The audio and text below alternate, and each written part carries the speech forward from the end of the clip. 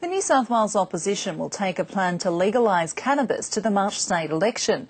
Police currently have discretion not to charge terminally ill patients using medicinal marijuana, but Labor says fear of prosecution still deters people who could greatly benefit from the drug.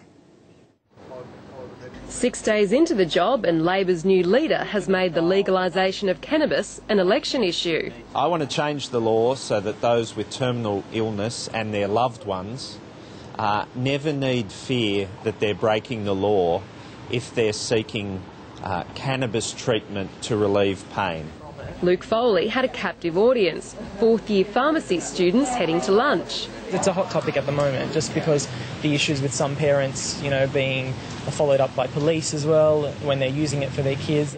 Semi Isaac's thesis is on the supply chain of the drug, including how parents are obtaining it for their very ill children.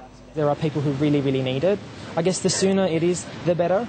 In December, the Premier announced government-funded clinical trials of medicinal cannabis. And if it does provide relief, well, we need to find a way to get that out and to provide that relief to as many people as possible. The trials start in 2016, with results due as far as 5 years down the track. Luke Foley says that's too long a wait. We don't need to bother with trials. There's been plenty of trials overseas. We have very limited evidence for how cannabis actually works. Dr David Alsop will be involved in the government's trials. Let's take childhood epilepsy, for instance. There's actually pretty much no definitive clinical trial data on whether that works or not, but there's a whole sweeping movement of parents who are accessing it illegally.